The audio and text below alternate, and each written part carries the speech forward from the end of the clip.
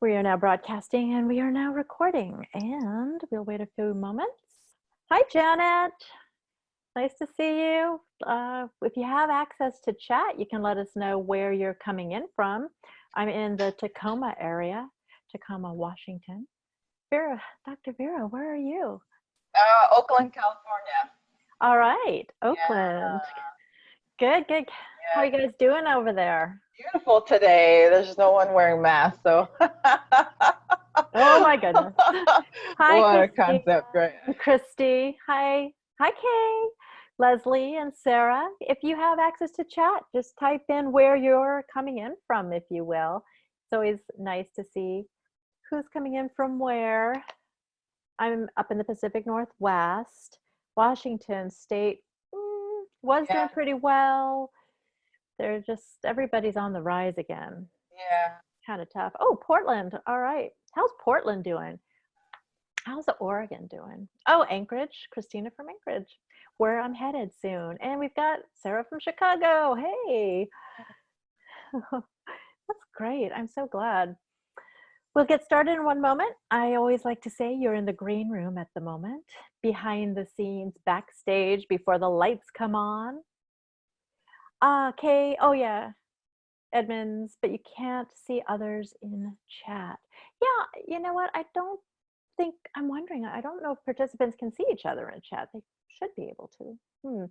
There is, oh, I see what's happening. So there, if anybody wants to make some comments to everybody on the text in the chat, just go to the drop-down menu. You can choose either all panelists. So everyone's been telling me and Dr. Vera where you're from, but you can also say all panelists and attendees if you want to sort of have a little chat conversation or share some thoughts or type your questions in. So that's a little bit of the background here. Victoria is here. Okay, see, there we go. This is what's happening. Everyone is just doing all panelists, but now Kay is speaking to everyone.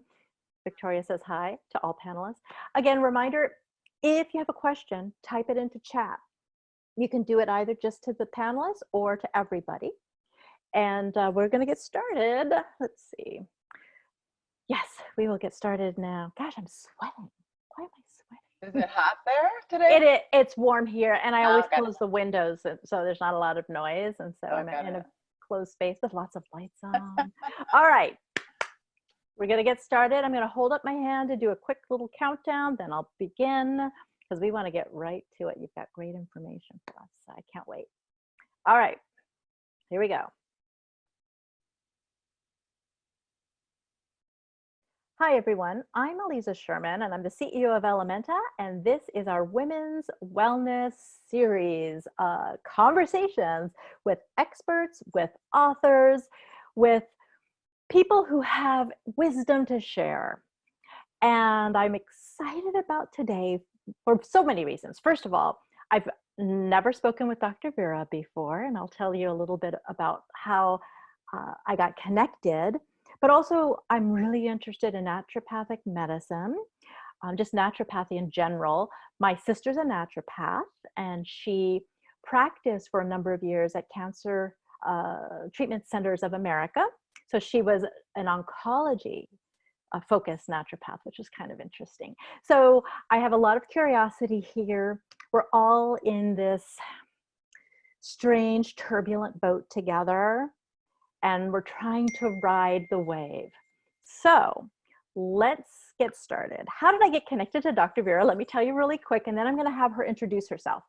Victoria Breakstone, one of our leaders in the Bay Area, had wanted to have Dr. Vera as a guest. I don't know, were you a guest, Dr. Vera? Yeah, I think it was February that I was February. Yeah. Back in February, so long ago, and such a different life at that point for all of us. And she said it would be really great to have you on one of these sessions, and I'm so glad it worked out. So let me turn it over to you for a moment. Tell us a little bit about yourself, what you do. Let's set the stage, and then let's dive right into our conversation. Yeah, excellent. Thank you for having me first and foremost, and thanks to Victoria for making the connection to you. And you know, this is a great This is one of the things that I really love doing, is just sharing my knowledge with women, with the world, on how they can just be really powerful and use the tools that are available to them. So I'm a naturopathic doctor, Dr. Vera Singleton, and my practice is based in Lafayette, California, which is in the suburbs of San Francisco area. And I've been in practice for over 10 years, and primarily my focus is in hormone balancing and digestion. And one of my main focuses as I've moved through my practice is threefold. You know, number one is really helping to uplift. So I do a lot of coaching. It could be a combination of life coaching or health coaching in my practice, but also do the really nitty gritty logistical data mining in terms of what is your body saying about you, and how do you make reactions, or how do you take action based upon that physiology. But the last part is the interesting portion. I spent the majority of my beginning years of practice as a consultant at Harborside Health Center, which was one of the largest dispensaries in the country at the time, probably still is, but there's been a lot of changes in the cannabis industry, and my time there was really unique because I brought the integrative approach to using cannabis. So it wasn't about just using cannabis and that's it. It's how to integrate cannabis with other types of natural medicine. And I think that really brought a different perspective to a lot of the clients that were coming in and looking for support around cannabis. It really gave them a different perspective on how to use it. And so, you know, this opportunity to apply how to use natural medicine with cannabis, this is going to be really amazing. You're not going to get this information from very many people in the world. So I'm happy to give this gift to Ellementa and to the participants. Thank you. Well, we will accept that gift so graciously and with so much gratitude. So let's dive right in. I like to just get to the heart of the matter. And the matter here is we're in a pandemic. This is unprecedented for us. The numbers, the breadth of this, the impacts in very big and small ways. And I've been saying for months now, I know we are all suffering from PTSD. I know we are all going to be demonstrating symptoms of severe stress and anxiety. There is absolutely no possible way we can't. Even if you're in a pretty comfortable situation, I feel safe where I'm at. And I've been here for 4 months, but there's so many nuances to what's going on. Stress, anxiety, those kinds of things really affect our bodies. It's not just pandemic, it's just those emotions. Talk to us about what stress and anxiety does to our bodies. Oh gosh. Well, you know, where do I start with it? I know. The thing about stress is anxiety. Well, stress and anxiety are different. They can sort of interplay with one another, but when we look at how people perceive them or how people rate them, it's different. Stress is almost a combination of depression and anxiety together, where anxiety typically is more of like these physical symptoms that we feel in our body, the racy heart, the sweating, the just sort of feeling on edge. And when you have a situation like this, it really does amplify how we perceive both stress and anxiety in our bodies. And, you know, you just can't help it because you turn on the news, there's, you know, new cases popping up, there's deaths happening, and you may have experienced this in your community, someone that has passed from COVID. So when we talk about stressors, it's not just what you're getting from the environment, it's also what you started off with. And a lot of women especially tend to be more prone to anxiety and stress than men do. And what's interesting is as we've moved into this particular time period at the beginning of the year, a lot of my clients mentioned just feeling on edge, and they weren't really sure why.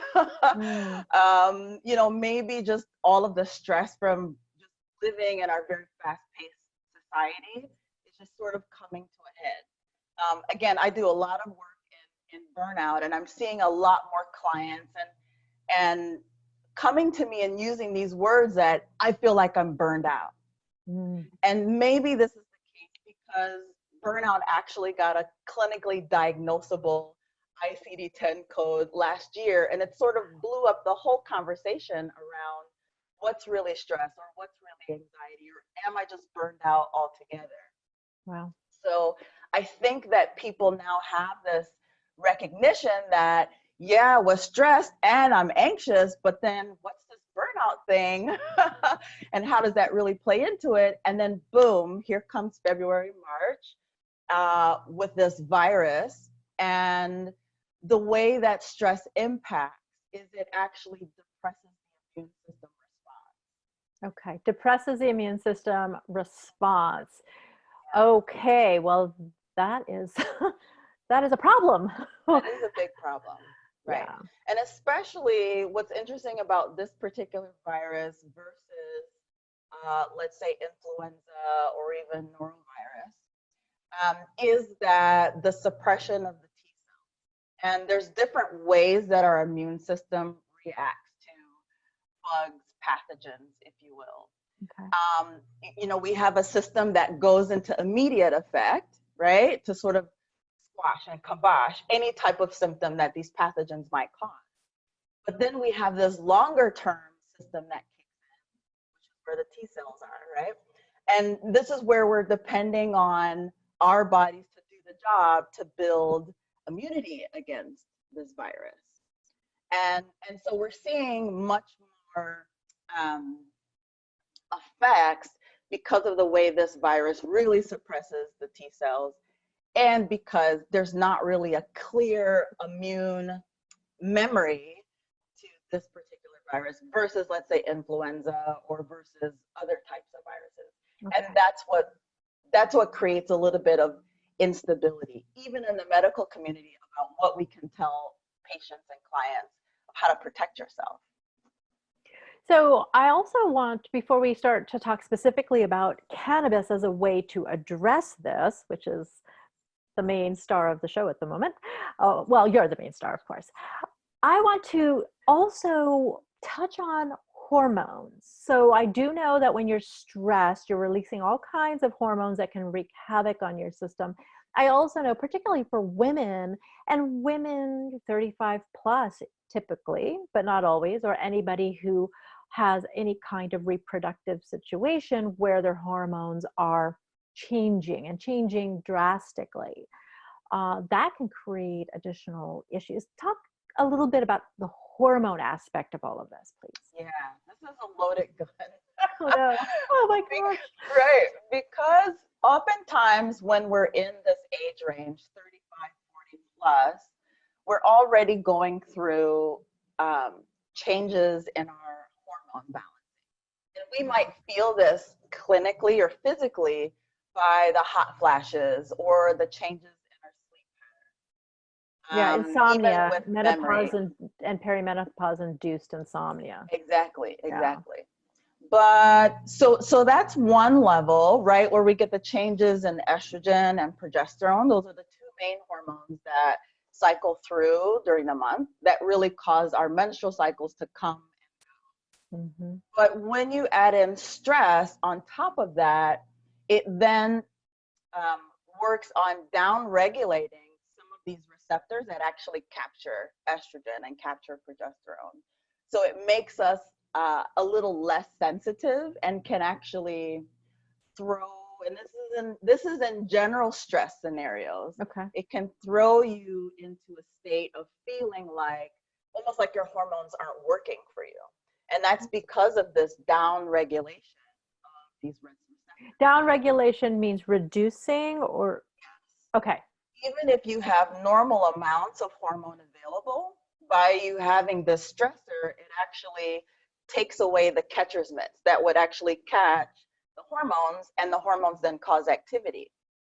So, Oh, right. So when you have this prolonged stress, you can have normal amounts of hormone, but it's not being received within your cells. okay. And then that can make you feel more hot flashes, more insomnia, because both of these hormones, both estrogen and progesterone, also affect the hormones of anxiety, like serotonin, like GABA, like dopamine. Okay. So, So, so there's a direct connection there between the two. wow. What about irritability? Because that's also sometimes when hormones are imbalanced, we get really irritable, Right. agitated, that, angry, actually, that sort of angry Yeah. feeling. Sure. Yeah, that's right. Yeah, I felt that before. What about that? Is that also something that's affected uh, by this dysregulation because of Of course. stress? Okay. And all of these, everyone feels their lower hormones differently. Okay. And it depends, oh, we can go really deep into this rabbit hole. It Mhm. depends on your genetics. It depends on your ability to produce enough of these happy hormones like serotonin and GABA and dopamine. It Okay. also depends on your body's ability to get rid of these and metabolize these. Okay. So when you have symptoms like irritability or the sweating or your memory loss or even night sweating, that's a big one also. Mhm. These are all direct connections to some type of hormonal imbalance. Okay. And it can be combinations. It can be estrogen and serotonin lower. So you'll typically see an expression of sleepy, very teary, very emotional for no particular reason, Okay. right? And you can get combinations of low progesterone and not enough GABA support. And this is where you would see the irritability and even the anxiousness coming about. And stress or cortisol impacts the both of those pretty dramatically. Wow. All right, so let's get to it. Cannabis. How does cannabis play into this as a way of relieving some of these really uncomfortable and unpleasant symptoms of stress or of anxiety? Yeah. So this is really interesting and it's going to be really controversial. So bear with me here. And this is based on research. This is not my opinion. So I'm going to throw in a little bit what I've found research wise and Okay. also what I see clinically. So when it comes to cannabis, we know it as sort of the great equalizer, right? You have the cannabis works in a sense of, if I can get a little science minded here, it works on sort of controlling the amount of hormones that are released from our synaptic receptors in our neurons. And it also helps to collect what we release back. So it can Hmm. do this sort of push and pull, which is what makes cannabis the great equalizer or the great modulator. You've probably heard this before. So in that sense, we could use cannabis to really help with, if we need more estrogen or more serotonin, it could help with keeping some of that extra hormone around that helps to modulate stress. Same thing with progesterone, it can keep it around. But there's a problem. If you don't have enough, in other words, your diet plays a role here. If you're not eating a diet that is really nourishing of all these amino acids and nutrients that can help you produce these hormones, Mm-hmm. you'll be at a deficit. And cannabis can't help that. Okay. Because if you're starting off with a low amount, Yeah. it can do some of the work to keep it around, but the fact of the matter is you're at a deficit. And this is the same for if you're taking something like Zoloft or Xanax or an SSRI, something that helps to keep the hormones in the system. If you start off at a deficiency, you'll get some effect, but long term, it won't sustain it. And same thing goes for cannabis, right? Cannabis is different though, in that if you have too high of levels or you're not great with metabolizing it, i.e., people that have higher levels of intense anxiousness, higher levels of dopamine, higher levels of norepinephrine. This is where we tend to see more anxious behavior. So cannabis can actually help lower that, which is why we know cannabis to do the work of what? Relieving anxiety symptoms for people. Mm-hmm. So Relaxing. that's right. So it can actually help to lower those levels. And that's why, again, it's called the great modulator. It can keep what you have, and it can also help you to get rid of what you don't need. What you don't need. Got it. Got it. So you mentioned nourishing diet. Can you give some examples of things that we should be eating right now that can help supplement? Yeah, let me start with what we shouldn't be eating. Okay, that's a good one. Because And, that's and I'm right going to start into typing, by the way. I hate to say this, but I need to take some notes. Okay, tell us. only because it's the quarantine 15, right? Everyone's walking around with it. I'm feeling it, and the other thing too, I don't want to forget to say this, but women tend to hold in the middle, our little sort of middle section, Yeah. because of hormones or lack thereof, but also stress puts it all right Plays a here. role in that. That's Yeah. right. That's right. So tell us what not to eat. I'm ready. Of course, with the quarantine 15, how we get there is, oh, the ice cream, so delicious, right? Sugar. Oh, the sugars. Oh, the candies. Oh, the pastries. Oh, the pancakes. Because now we have time to make them in the morning. Carbs, sugar and Right. carbs. Okay. So the abundance of carbs not only impacts our stress, because sugar almost acts like a mimicker of what cortisol does. It gives us energy. It gives us a boost. And right now we're all feeling low tempered, low mood, low motivation because we've been stuck in a house for 4 months, essentially. Yeah. So it's just a natural tendency. You can't help but to eat sugar and carbs and wine and alcohol, right? But it's the thing that really drives down the immune system. Wow. Right? So that's the first thing of not. That's the big no, really. And if you want to lose the quarantine 15, that's where you have to start with. So a diet like intermittent fasting or keto for a short period of time, or paleo, or the mind diet even. What is that other one? The last one? The mind, M-I-N-D. The mind diet. What is that? It's sort of like the Mediterranean diet. It's pretty much indicated for a lot of the cognitive disorders, Alzheimer's, dementia. Wow. Okay. But really great. I use it a lot in my postmenopausal crowd because that risk is a little bit higher. Okay, got it. All right, good to know. I am taking notes for sure. And we're recording too. So. And we're recording. I can watch it later, but I want to start. I have cut out the sugars. I noticed the sugars were just not doing anything good for me. So okay, where else do we go here on the diet? And then what do we eat? So we know what we don't want to eat. That will easily get rid of the inflammation that's associated with sugar. We all know this about sugar, right? But again, you can't help it because of the way your hormones are just shifting. You need that extra support. What you do want to eat right now, especially, are foods that are going to be higher in fiber. That's going to help with modulating your blood sugar so you don't feel the need to go out and have sugar, right? And higher fiber foods are going to be more beans and lentils, more of the starchy vegetables.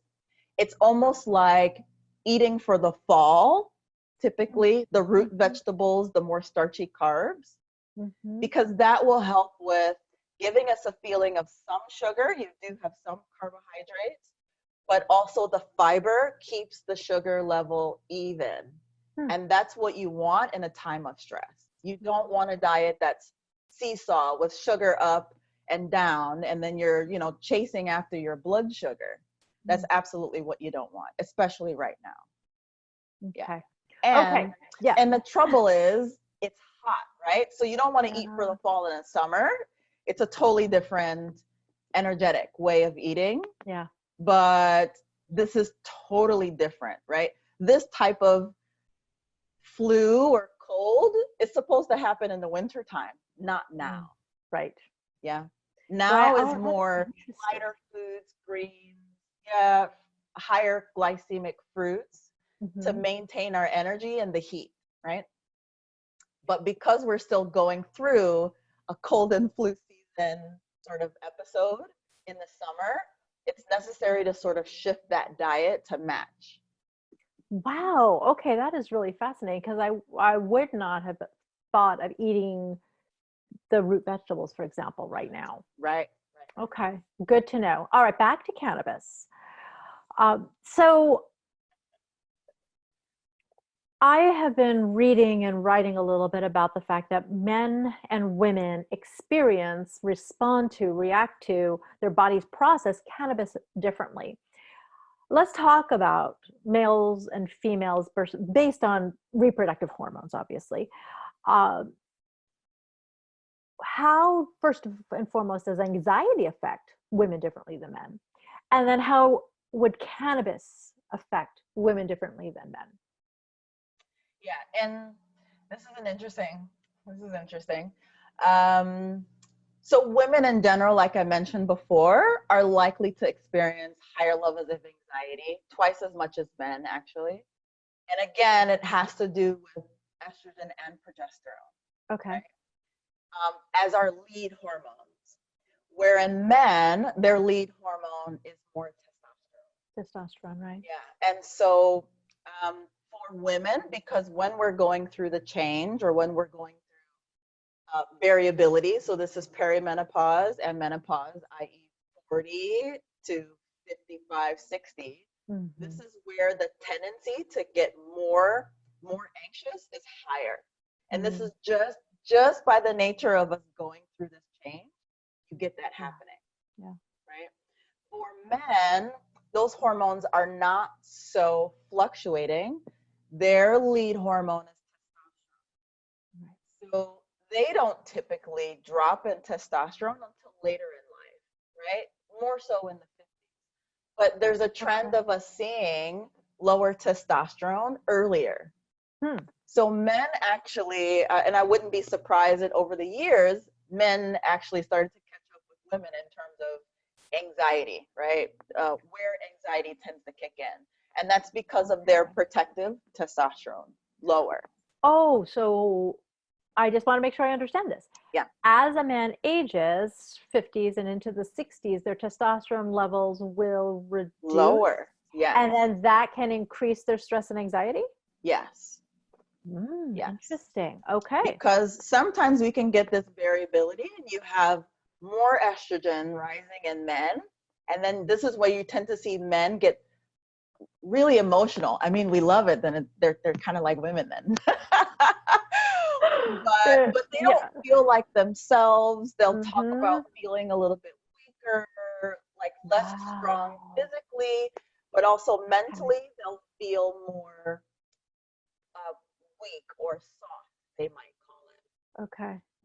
And also, I think a lot of males who are very much into the constructs of our society and believe that they must be the strong, non-emotional, are going to be probably really thrown by this. And cannabis can help. We do talk obviously about women's health, but in a case like this, those of us who are partnered with males really want to know how to help them feel better too. So let's bring in cannabis into the equation now. What is for women and for men? Let's just go still. And again, we're talking about the hormones, obviously. Got it. So cannabis in this sense, again, being the great equalizer and modulator, can help with dampening. I'm not saying that it completely eliminates this variability in hormone, but it can make it can affect some of the other hormones that mimic our sex hormones, like dopamine, like norepinephrine, like serotonin. And that's where we get the connection. It's not necessarily like it raises estrogen or it raises progesterone or testosterone, but it has a modulating effect on some of these other hormones, the neurotransmitters, and that can cause a very similar effect of being cool, keeping it cool, keeping it even. Okay. Interesting. So one of the things that I know for myself at least is I don't want to feel out of it. And I am very attracted to the concept of microdosing. Can can you explain for those of us who don't want to sit around and get high all the time, with nothing wrong with that? Actually, laughter is great, relaxation is great. We're not judging. But from my standpoint, though, I like to be clear-minded, I like to be sharp, but I also really, really need to chill. So what can we do? Yeah, so I am an absolute fan of microdosing. And what we're finding is even in the pharmaceutical sphere, they're finding that, oops, we might actually have been overdosing people on antidepressants because Wow. low doses actually can do the job, even in Mm. the pharmaceutical sphere. So why do we think that's any different with cannabis, right? The thing about cannabis is none of us are experts in this, except you as an individual and by your experience. If you know that you take an edible and it makes you feel out of control, out of this world, and it was 100 milligrams, Yeah, right? yeah. Not Okay. for you, right? No, no, no, But if no. you start smaller Mhm. and really see how your body interacts with a low dose, 1 milligram, 5 milligrams, 10 you can then learn how cannabis interacts with the rest of your hormonal system. Because again, none of this happens in isolation. It's all a cross communication between cortisol, your fight or flight hormone, between estrogen, between progesterone, the sex hormones, and between the neurotransmitters, serotonin, dopamine, norepinephrine. So by using cannabis in a low dose, you then experience it differently in a way that's nourishing to the system as opposed to acting like a pharmaceutical, like a hammer, boom, and affecting Mm. um, a, um, a pain relieving effect, right? Or an anxiety relieving effect, where you could get that at a low dose, Yeah, yeah. not necessarily needing to go higher. Okay. And on top of that, I hate to make this complicated, but it is. No, no, yeah, it that's and that's the thing. That's why we do this. So Yeah, thank yeah, you. Thank you. yeah, It's yeah. it's helpful. And then there's genetics. And this is a new frontier of medicine. And I do a lot of genetic analysis because oftentimes when clients come to see me, it's more, they've already seen their doctor, they've already tried medications, they've tried the natural stuff, and they just can't figure out what works for them. Mm. So then they're like, here, Dr. V, figure me out. And so after I take a look at, because you can actually examine your hormone levels, you can look at your neurotransmitter levels, and, Oh, and then it becomes not so much of a mystery. So if we find that, and this is where the integrative medicine part comes in, if we find that your hormones are low, we can use herbs and you can use cannabis to raise that, right? so herbs in combination with cannabis. Herbs in combination. Because Okay. again, the goal is not to overdose, especially if you don't like the high. You just want enough for the anti-inflammatory and for the anti-anxiety and all of the other special goodies that cannabis brings, right? Okay. But you also want to address the problem. And that's where most people go wrong with cannabis, is assuming that it's the silver bullet. It does everything. I'm going to take it for Right. everything, Right. and you haven't dealt with the basics. If your hormones, estrogen, progesterone, norepinephrine, dopamine, if they are low, cannabis can help modulate it, but it's not going to bring it up. A Oh, deficiency is a deficiency. You have to work on bringing that up.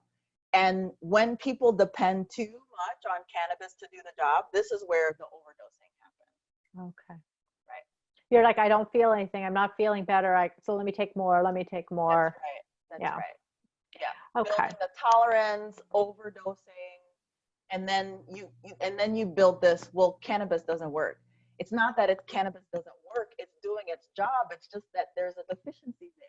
Right. So you've got to shore that up first in order Absolutely. for cannabis then to do its job Absolutely. to do it well, because it's doing it. You just don't have enough resources for it to pull That's right. from. Excellent. Okay. Excellent summary. You mentioned herbs, and I'm always super fascinated. I've had some women talking about herbs here before, but talk to us about some of the herbs that are nourishing as well, compatible with cannabis, maybe even the fact that herbs tend to have cannabinoids and terpenes.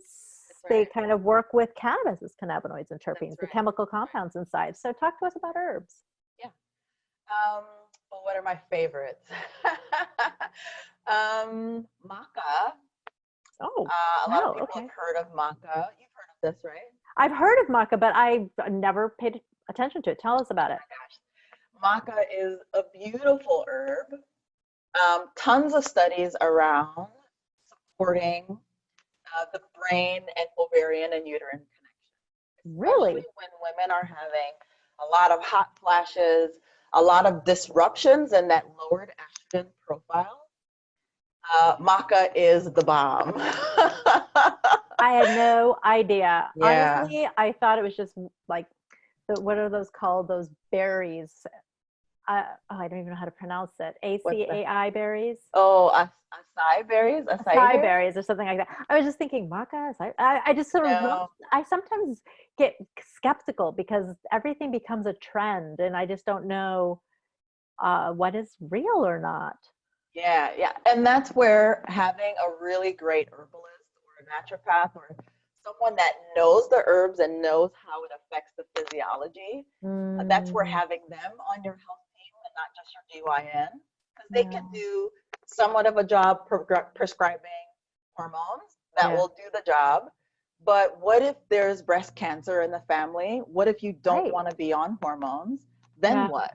So herbs can really come in and do the job. So maca is really wonderful with connecting, like I said, between brain and your ovaries, which most Okay. women have intact and they're still functional, even though they may not have a uterus. Maybe they got a Right. hysterectomy, which is very common Mm-hmm. nowadays. Mm-hmm. Um, but your adrenals also do a lot of the work that the ovaries used to do in Oh, terms of wow. producing sex hormones. Okay. Maca not only talks to your ovaries that are still remaining, if you do have a uterus, it's still there to nourish, and it supports your adrenal gland. Okay. And as you move through your 40s and 50s, right, we get this buildup of stress. Now, especially now, this is a great herb for complementing with cannabis because there's stress. And if you're a perimenopausal, menopausal woman, you Yeah. want to have that extra support because that stress is really going to pull on that estrogen production or that testosterone production. So you need a little bit of support. Cannabis can keep it around, and maca can help you actually build more Okay. estrogen, right? Build more testosterone. Got it. And By the tons of way, studies around that, by the way. your mic is hitting your Ah, zipper. okay. Just move it over to the side just a tiny bit. There you go. Thanks. I'm so excited. You know, I was telling you earlier that I use my hands a lot, and so do Yeah, you. So we're both like, woo! yeah. All right, this is amazing. Maca is absolutely something new that I've learned. And so by using maca, by supporting your adrenals and even your ovaries, then cannabis comes in and has less work, well, not less work to do. Yeah, The less work is work to do. the other work is being done so that it could come in and do its job. That's right. Yep. That's probably the way to say it. Now, for progesterone, my favorite is wild yam or diascorea. This again works on a similar type of function. I think that it works better in women who are still cycling versus women who are not Okay. All right. I'm going to take that off my list because I have not been cycling for cycling. or 7 years. Yeah, Vitex is another herb, tree berry, Say the berry again. fast like chaste. I'm a chaste woman. Okay. Chaste, chaste tree berry. Oh, okay. Uh-huh. So this can actually work really well in postmenopausal women to help with progesterone. Wow. But I would always use some type of adrenal support no matter what, across the So the board. two of them together, maca and chest tree Mhm. berry. Mhm. Okay. And this is the problem. Everyone thinks it's one herb that does the job. Mm. It can't be. This is the entourage effect, right? When this came out in cannabis, I was like, we've been doing this in herbal medicine for years. The Got it. entourage effect happens with herbs. You not only need one herb to do the job, right? You need its complement. So anytime you're raising estrogen, you need one to raise progesterone. Oh, interesting. In the better herbal formulas, you'll see multiple herbs. That's what you want. You don't Okay. want to take singles. That's enough. This is really good information. And so if we think of cannabis as an herb, I think we begin to sort of treat it That's right. more as the plant medicine that it really is. That's right. Stop treating it as Full drug per spectrum. se. Full That's right. spectrum. That's So right. let's talk about the people who want the CBD product. Obviously, we want them to look for the full spectrum CBD product if they can, or the broad spectrum with additional cannabinoids, but possibly are looking for something without any THC or minimal. Now, I always say that a little bit of THC, even as smallest of amounts, is going to help boost and affect all of the other cannabinoids, and especially help CBD be much more therapeutic, Effective. Yeah. more effective. So, what would you recommend if somebody were looking at a CBD product um, instead of a THC product? In terms of a ratio or Sure, let's talk about ratios. Yeah, just anything, any sort of advice you might have, because so many, especially so many of the women who come to Ellementa are just starting out. THC just seems like no, can't even go there. They first go for the CBD. And then, like I said, we're constantly saying, look for full spectrum or look for broad spectrum. Don't go. Some people still have to go for isolate. That's fine. But as you said, the entourage effect or the ensemble effect is so important.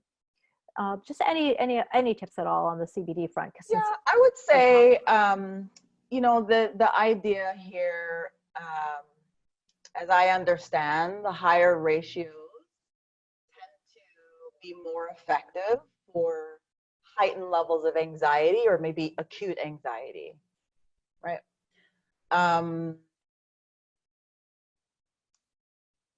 But then again, it comes down to how often are you dosing Yeah, and what dose, and are you using it situationally versus just like an everyday sort like of. supplementally, like a Yeah, supplement. exactly. Okay. Yeah, and unfortunately, I can't speak to hemp in particular. Hmm. Um, there's just not a lot of studies done on it, and I like to speak very comfortably about recommendations and what you should do. So to my knowledge, there's not a lot of like data on hemp, but clinically people say that it works really well, Okay. right, for CBD. So I have to So throw that in there. That's always a question that people. yeah, I know. I think this is good. I have two questions. One's actually Victoria is asking, any particular brand for the maca and the chase tree berry, or any specific place that you recommend we go find those kinds of products for those of us Yeah. not familiar? So there's, I would say above all, because there's lots of different brands. Yeah. You want to look for those that are clean sources, and that's really like whole herb. So Gaia brand is very reputable. Vitanica is very reputable. Feminescence is a very reputable brand for maca. Mm. Um, these are what I use clinically, right, in Okay. office for women. They're very clean sources. They've done the analysis on the product. And this is if you want capsule, right? If you want tincture, then sky's the limit. There's many, many more higher quality herbal vitality. David Winston's line, I forget what that is. Herb Farm, right? Like all of these are higher quality, and they use GMP standards to make sure that what's in the bottle is in the bottle. Okay. Yeah. And usually the better, and even smaller herbal providers like Five Flavor Herbs here in the Bay Area, it's a much smaller company. It's not like a big juggernaut like Herb Farm, but they still use that the GMP, the good manufacturing processes, to make sure that what's in the bottle is actually on the label.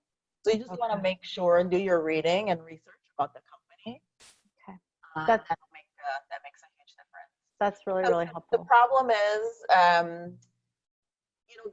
sometimes these manufacturers, especially like the GNC or Vitamin Shop or Target, they're not interested in they're interested in selling a product. They're not interested in a physical effect for you. So oftentimes I'll see women come in on these products and they're like, oh, but I've been taking this for years. And then I look at their blood test and there's nothing there. Right. Interesting. Well, that's helpful also to know. So back to cannabis, what form or type of product are you typically recommending? I know it'll vary depending on the person and depending on their preference. So for example, I wouldn't want to smoke or vape anymore as much. Vaping only on that occasion that I need much more instantaneous effect. Yeah. But my preference is not. And I do love tinctures, but lots of people still don't. They don't want to put that sort of taste it all in their mouth and hold it in their mouth to absorb. So what do you recommend? Yeah. Again, this comes back to personal preference. This comes back to, you're going to love this. This comes back to your liver health and how well you metabolize. Yeah. If you're doing edibles. So I recommend doing a liver cleanse or liver flush once a year if you're going to be a cannabis user, especially with edibles. It really does depend. I would say use a combination. Don't be afraid to stick to just one if you're vaping or you're smoking. Also give tinctures a try and also give some of the edibles a try. Because they all have different effects and you need them differently, right? Of course, smoking is a very immediate effect because you're getting that direct impact straight to the lungs and that boom hits the bloodstream immediately. Whereas with edibles, it takes a little bit longer. You have to go through first pass metabolism. And that's why I say clean up your liver if you're taking edibles, right? Milk thistle, burdock root, things like that. Oh, right. Okay. What else is there? I would say milk thistle. I'm typing in some stuff. Burdock root, and that's for a liver cleanse. Okay. So use and here's the beautiful part. There's so many manufacturers. There's so many different ways to take in cannabis. Use it as it's needed for your situation. Okay. Don't just always assume smoking is going to do the job for everything. You may need a tincture to work differently. You may need an edible to work differently for you at nighttime. Right. And I've shared before that for my insomnia, menopause-induced insomnia and stress-induced insomnia, that I do find if I vape for that instantaneous calm feeling, eases me into sleep. But then before I go to bed, also take an edible, which takes a while to digest. And then by the time it begins to enter my system, it's at that time when I typically wake up 2, 3 in the morning. And it helps sort of keep me sleeping a little bit better. So I have tons of commentary on sleeplessness and insomnia, right? Mm-hmm. If you have a tendency to wake up in the middle of the night once, let's say between 2 to 3 or between 3 to 4, it's usually your adrenals that are struggling. Wow. Or it's usually one of the sleep hormones that need support. So if you're finding that if you're taking the edible and you're still waking up or it's not putting you down all the way, You Mm-hmm. have to look at the underlying issue, which is your sleep hormones that the cannabis is interacting with at night. Something is off about it. And that needs to be supported before the edible can really do its job. Because That's a otherwise good you have point. overdosing and then you wake up in the morning and you're so Groggy. still feeling the effects from last night. Who wants to feel what happened last night in the morning? Yeah, I get that. Hey, Yeah. there's always this rumors that go around, tons of misinformation. The whole reason we do these webinars is to absolutely dispel that as best as we possibly can. Can cannabis prevent you from getting coronavirus, or can it make you more susceptible to get Yeah, this is a great question. Okay, this is what the research shows. Cannabis is excellent for suppressing the immune system. And what I mean by that is if you have a health condition where your immune system is ramped up, like it? Oh, rheumatoid or Crohn's or irritable right. bowel disease or some type of autoimmune, Hashimoto's, right? It's great for calming down that immune response. But in an acute situation where you need your immune system to respond, you don't want to use cannabis. You don't want to suppress that immune response. Wow. Okay. Because actually, what I found is that it can actually lower the T cell reactivity, which is how we get these antibodies produced and how we respond. Okay. Cannabis can actually lower that. So I would say if you have an inflammatory condition, use it for that, for the immunosuppression portion, and use it minimally if you have anxiety, right? Okay. Okay. Use it minimally. Because we want, if you're going outside and someone happens to have, coronavirus and they cough and they spray it on whatever, however it's transmitted, you want your immune system to be at full attention. You don't want anything to get in the way of the corona coming in, your body recognizing it, producing the antibodies to it, Okay. and then giving you that protection. And by the way, the protection, what we're seeing in research is that it's 3 to 6 months. It's not lifetime It's like not a chickenpox. long. Mm-hmm. Right, exactly. So use cannabis now minimally, just as you need, Okay. because it can suppress your immune response to building a strong antigen antibody response to. Okay. Well, that is really good advice because on the one hand, we're sitting here saying cannabis can really help with your anxiety, but because a lot of our anxiety is coming from having to live through this pandemic, understanding that you still have to be a lot more conservative with your use, more on an as needed basis. Okay. And not overdosing. Again, you don't want to have too much cannabis in your system because, again, that can suppress your immune system, Got it. the ability to do its job in an acute state, right? A chronic inflammatory state, it's okay to use it, but sparingly, right? Mm-hmm. Okay. Well, really good advice. We did have another question about finding a good local herbalist, or even speaking with you. How can we get in touch with you or find somebody who knows more about herbs?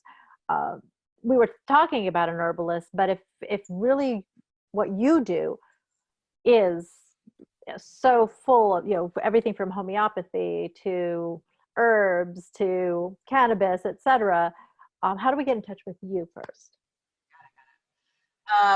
So for me, it's as simple as reaching out. I'm very much interested in helping women who are really needing, like they've done it all, they've researched everything, they've already seen their doctors, they can't figure out what's going on. Those are the clients that I love, right? Herbalist can help. If I can give you a spectrum, herbalist can help if you're really healthy and you just want to have some additional support for you, right? And not to say that I couldn't do the job of both, but these are the typical clients that I tend to attract, right? I'm having a multitude of issues. No one can fix me. Can you help? I've had sleeping issues for years. Cannabis is working sometimes, but not really. Mm. Right?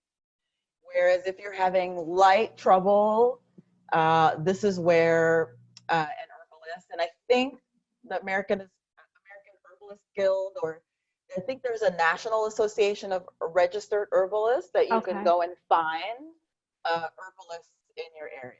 There's tons here in the Bay Area, right? How do we find you though? Don't let us not go until Sorry. we know. It's the American Herbalist Guild. I just Guild, looked it up. yeah, AmericanHerbalistGuild.com. yeah, Yeah, looking at guilds and professional associations yeah. and licensing entities and such is a good way to find somebody reputable That's and to right. find out if somebody's had been reported or anything like that. That's right. Yeah. So how do we find you? And in terms of me, Yes. you can reach out to me. My website, my contact information is just my name, drverasingleton.com. So Dr. Vera Singleton. drverasingleton.com. Okay. And I offer free consultations to people. So there's always a way that you can reach out and ask questions or even just have a conversation. Mm-hmm. Hey, this is what's happening to me. Is this something that you can help me with or not? All right. I'll be calling you soon. I will be calling you soon. Yeah. Oftentimes, in cases, again, of chronic anxiety or chronic fatigue or chronic depression or chronic adrenal fatigue, this is where I really shine. This is where I really help people. And it's using the full spectrum of medicine, of cannabis, of herbal medicine, of nutrition, and of looking at your base genetics.